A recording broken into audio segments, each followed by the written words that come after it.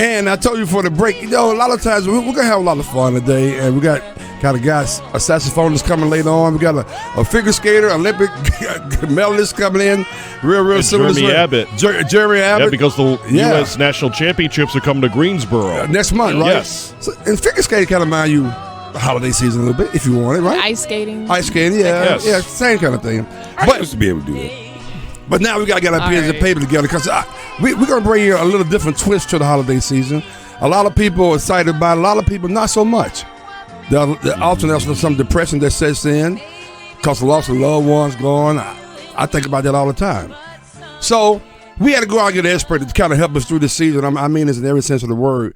I'm just so happy to a friend of the show, but the first time on, we're talking about Dr. Tammie Moore, who's a licensed clinical psychologist of North Carolina Board Certified Health Services Provider. Now, I love this lady, but it's one slight problem I got with her came back. Oh, yeah? What? What is it? She an NC State fan. No. I'm going to say she can see. Don't have nothing to do with Duke it. fan. No, but almost. She couldn't console you in your time of desperation. The University of Alabama, Tuscaloosa, Roll Tide. Die Hard, Roll Tide. Roll Tide. So she had the audacity Roll Tide, y'all. to go to undergrad at LSU, K-Mac. Go Tigers. Oh, wow. No, but she almost messed up for real. Because she went to that other one. But then again, the same thing. She seems to be too smart to go that way. That's probably true. She way too smart to go to College. No, we're very, very happy. And she's actually the founder and CEO of Western Wake Counseling and Psychological Services here in Cary. And we, for the first time, welcome Dr. Tammie Moore. Thank you. Dr. How you doing? I'm doing well. Thank you so much for having me. When you and I talked previously, I was serious. We really want to try to kind of open this conversation up. A lot of people don't talk about it, but they endure it during this period of time. And I just want to just kind of throw it out there. Everybody's not really happy around this time of the season. Well, that is true, Reese. Thank you so much for having me on the show. I'm excited to be here.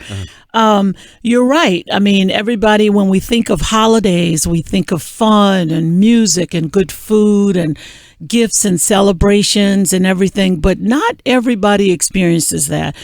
Some people have intense, sadness, stress. It's a lot that goes along with it. I think, we hear often the reason for the season, but people fail to realize that there are folks that are triggered by the holidays. They think about loved ones who are no longer here. They may think about, this is their first Christmas without someone. And then again, we're so busy with the hustle and bustle and people trying to have things perfect and find the right gifts and, it just really can be overwhelming. Wow. You know what? Just listening to you talk about things being overwhelmed for a lot of people, and sometimes you don't realize that you're being overwhelmed, right? You don't realize that that things are kind of a little off, a little different. What's some of the clues, some of the keys to for people to just say, maybe I should just take a step back? What are some of the signs they should look for? Yes, great question. And the thing about I like to say mental health is health. I know we like to separate it out, and we think about blood pressure and heart disease, cancer. We think about all those things, but underlying those physical health problems are mental health problems. And, the young people say they feel some type of way, and we sometimes don't know what that means. But when you feel some type of way, that's an indication that something's not right. So, for example, you may not, if I were to hook you guys up to a blood pressure machine and a heart monitor, and I say, think about something that's upsetting, a loved one that's lost, a stressful job, financial problems, relationship problems. Don't say a word, just think about it. And I come back 10 or 15 minutes later, all your vitals will be up. Your heart rate is increased. Your breathing is increased, So some of those signs could just be headaches, stomach aches. Sometimes it's a physical complaint. Other times it's just not feeling like you want to be involved with anything. You hit decline on your phone. You isolate. Sometimes you might feel tearful and you don't know why. So there's lots of indicators, but we kind of sometimes just brush them off. Shoulder pain, back pain, we can say, I ran too much, but not really equated to mental health, but it's all associated. Wow. That's so interesting. I Yeah. had never considered that. I mean, I knew in some ways you can have physical pain from your, mental like state, but just to even say like a back pain or something like that. I have my back's been hurting for a week now. I'm trying to think like, have I been like going through some stuff that I haven't identified?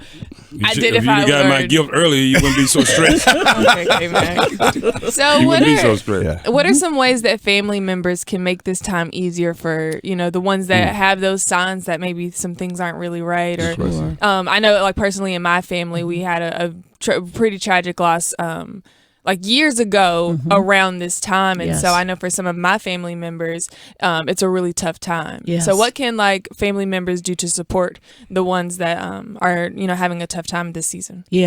I think one of the most important things we can do is just to slow down and just sit for a moment and take some time to check in on each other. It's hard when we think about loss, death and dying, grief. We're uncomfortable with it in our culture. We don't talk about it a lot. Right. And even if people want to offer condolences and they want to be supportive, they're afraid to bring it up because they don't want to stir something up inside of you. But I think one of the most important things you can do is to check in with that loved one, that family member, and say, hey, are you okay? I was thinking about our loved one. I think talking about our loved ones as well, keeping them alive in our minds and our hearts. I'm from South Louisiana, and we sort of, I always say in this Creole culture down there, we talk about our loved ones. We keep them alive. We tell stories about them. I think that's something that could be really helpful because people, again, don't know how to react. But even during the holidays, if you tell stories about your loved ones that were funny, that you enjoyed. Remember when such and such did this, and then you can smile and laugh about it. You miss them physically, but you can keep their memories alive. So I think just sitting and chatting and talking about it, making people feel comfortable is one way to help. We're talking to Dr. Tammie Moore, clinical psychologist and founder and CEO of Western Wake Counseling and Psychological Services. Same thing with family, but I'm going to flip the script just a little bit. What about those, when you get together, you got those family members like, oh, they showing up. Here they come. Here they come. We all got them. They bring the stress. Exactly. They bring the stress. You're like, oh, boy. When that uncle comes in, he's like, Uncle Johnny, he coming again. Here we go. And then you see that fist hanging out of his pocket. I know. How do you? Don't act like y'all. I'm the only one. And we all want to make a comfortable environment, but it's always that. Yes. That pressure or that sensitivity going on right there. Talk about that. Sure. And that speaks to, I tell folks sometimes in my business, the busiest times of the year are the holidays when, I don't know if we get caught up in the Hallmark movie moments and we're thinking it's going to be all I love wonderful. Hallmark. I watch it. Channel 55 on special. Holler at your boy. The problem is, Reese, everybody can't cook.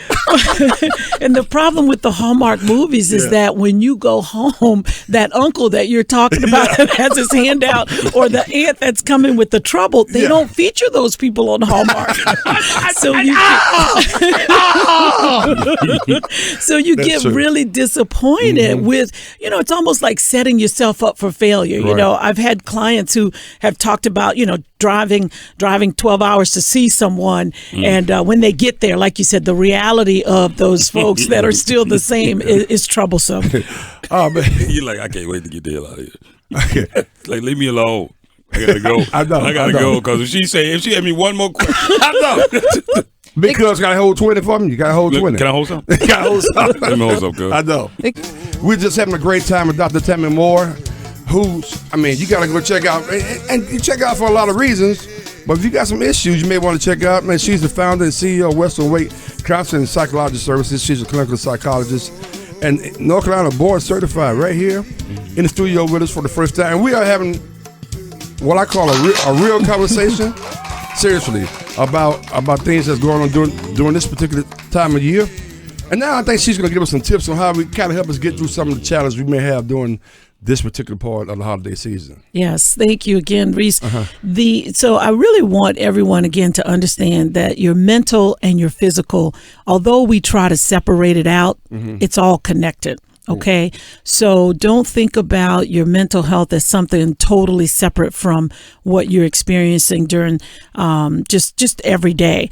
But as far as getting yourself prepared for the holidays and how to overcome some of the stress, one recommendation I have is just slowing down, stepping off the hamster wheel, all the ripping and running, as they say, slowing it down, taking some time. I know we think we're breathing, but a lot of times we're just panting our way through the day. We get up a flight of stairs and we don't notice our breath until we're out of it, right? That's right. So taking some time to take some deep cleansing breaths. There's a wonderful app called Calm, CALM, that can teach you how to breathe. And which will slow down your heart rate, lower your blood pressure. Another thing during this time of the year is I call practice gratitude. Wow. Something as simple, practice gratitude, something simple as over the holidays, each day think of 3 things that you feel grateful for. They don't have to be huge. They don't have to be significant. It could just be you look at your kid or you look at a family member and you say, I'm so grateful for this person, or I'm so grateful for just the house and the family and the friends. But each day be intentional about it. Not, don't take a laissez-faire kind of, I'm happy to be alive. Be intentional about practicing gratitude. The research really shows that people who practice gratitude, they have a higher quality of life. Exercise, you don't have to go climb a wall or a road, but just taking a walk in nature, taking a walk down one of the trails, 30 minutes, just to get, again, out of the hustle and bustle. Those are some, just a few quick tips that you can do to kind of help with the stress management during the holidays. It's so cold outside. which is actually good for you, too. Yeah, the cold is good. Freezing cold. It's good. It's better walking in at 95-degree heat. Yes. That's fair. Slightly.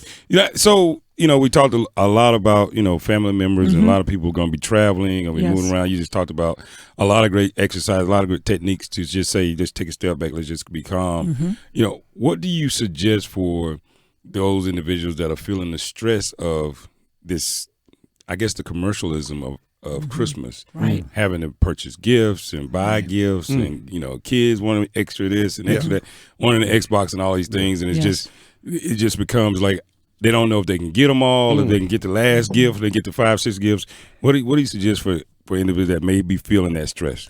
Well, again, when I think about holidays, I think about relationships. What are the holidays without relationships? Okay. So if we, the idea of Thanksgiving is about being grateful, being thankful, right? Christmas actually is about forgiveness. So I think to talk about the deeper meaning of those holidays, have the kids say, okay, I know why you want this Xbox or you want this new bike, but let's just talk about what all of this means. And again, it's going to require that we slow down and take some time to talk about it, So I think just thinking about the deeper meaning of things, stepping off the hamster wheel, as I say, because we're all making so many choices and decisions, and we've got so much to do. Everybody has a never-ending to-do list. So if you can, again, just step off the grid and say, let me think about this for a moment. Let me see how I could, even in giving a gift to, and rather than just having your kids rip open the gifts, have them stop after each gift and maybe tell why they like it. What is it about it? What does this gift mean to them? But just slowing it down a little bit. I've recently listened to a psychologist who does a lot of work in gratitude, and he said he had his kids write a thank you note for each gift they opened up at Christmas.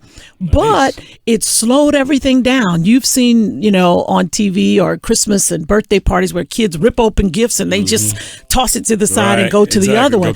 So to slow down and say, I need you to give me some words about what this gift means to you. That's interesting. I never thought about that. I like that, though. I really do. Intentional gratitude. I like that. Yeah. I have one question about how to approach your family. Like when you are the person that's struggling, I know boundaries are really important and to have those in place. But how do you get that message across when it's maybe the family that doesn't always talk about their feelings or may not understand that mental health is not something, a naughty word to say. I think sometimes, like, especially in the Black community, because it's been something that you don't talk about, it's an issue, or it's something like, oh, it's some funny business or something like that. We have those who are starting to understand that it's not taboo to talk about, and it is super important. There's difficulty in talking to your family about it, and that's something I think that just takes a long time to get to that point. So for the family members that are struggling, what are some like easier ways to say, I can't handle this right now? Yes, and that you make an excellent point, Jasmine, about just the cultural nuances involved in mental health, and particularly in the African American community. We have this saying, I want y'all to complete this sentence. What goes on in this house stays in this house. See, you guys. So you guys have your cultural competence card. That is something that we hear or we have heard all the time. Cultural competence card. What goes on in this house stays in this house. I think that's called your black card. Yeah. Well, I'm sorry. Go ahead. Well, I always say that there's a historical meaning to that. There was a reason why we didn't talk about what goes on in this house, because it could be used against you. Sure. If 200 years ago, if you told someone that someone was reading in your home, that could get you in a lot of trouble. That's so true. Yeah. Somebody can die. Exactly. So there's reason behind that. But what I say is, if there's dysfunction in the house and we don't talk about it, then it creates dysfunctional people. So one of the recommendations I have, Jasmine, as far as just, using I statements. When you approach a family member, rather than saying you or we or what, you use I statements like, here's how I've been feeling. And this is what I'm thinking. I want to share with you how I'm feeling. No one can tell you you're wrong for feeling the way you feel. You can't help the way you feel. So try using I statements and recognizing that not everybody is where you are. Right. But if you use I statements, then you're owning it and they're not feeling like you're projecting it onto them. So you're saying, this is my viewpoint. This is how I feel.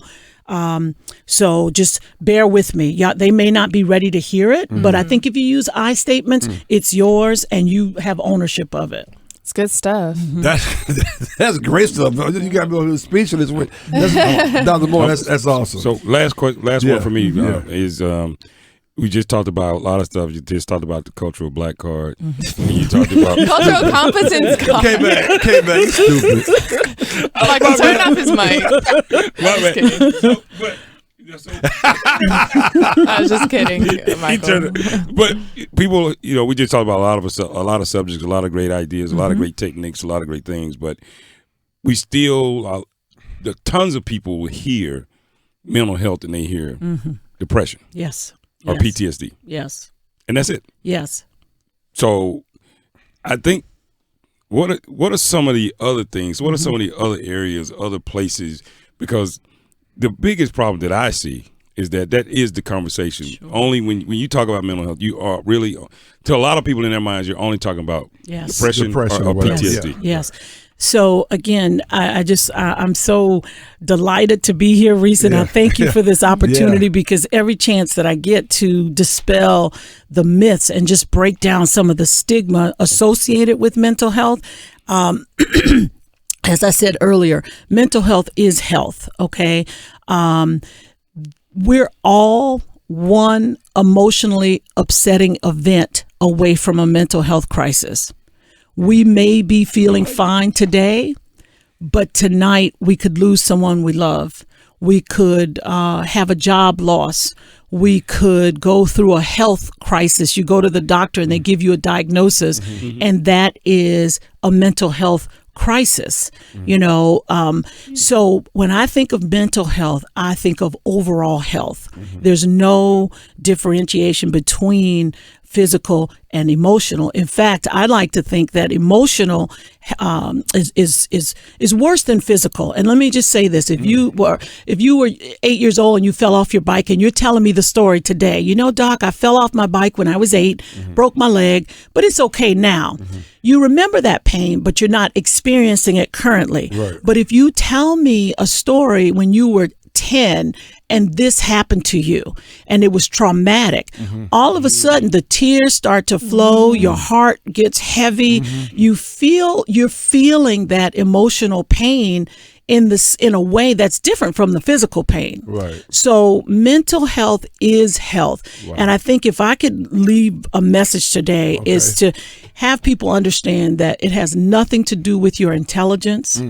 Yeah. It has nothing to do with your moral character. You can love God, you can pray and still have issues there. It has nothing to do with, status, money. So if we can just take away some of that judgment that says you're weak if you're depressed, you're weak if you have anxiety, you're not praying hard enough. Again, in the cultural competence piece, we're used to being told, take it to the altar, right? Yeah, exactly. But the problem is most of us pick it up and take it home on the way out the door. Wow. So this is what it's all about. And I just hope that through this platform, and again, I thank you all for inviting me, that we let people know that in this upcoming year, do not separate your mental from your physical, because whatever's going on with you physically, if you're not right mentally, it's going to make it worse. And we're going to leave it right there. Tell people how they can find you, because they need to come find you. Yes. How can they reach you, Dr. Moore? I am located, actually moving to downtown Cary. Okay. I've been in the Regency Park area practicing for about 20 years. Okay. But January 1st will be downtown Cary on Chatham Street, and we're really excited about it. Western Wake Counseling. You can find me on Facebook at Dr. Tammie Moore. That's Tammie Moore, and also on Instagram. And I don't think I have Twitter yet. You're working on it. Yes, I'm working on it. But any chance I'm gonna be mad. Any chance I get to get out, Reese, to talk about mental health and dispelling some of the stigma and the myths, I'm open to it and would be welcome to appreciate the opportunity to get out there. Thank you all again. We got to get you back on again. Yeah. This was awesome. Thank you so much for blessing us with your knowledge. Thank you so much. We'll invite you back for our cultural competence. Thank you. I'd be happy to. We're going to have a whole conference on that.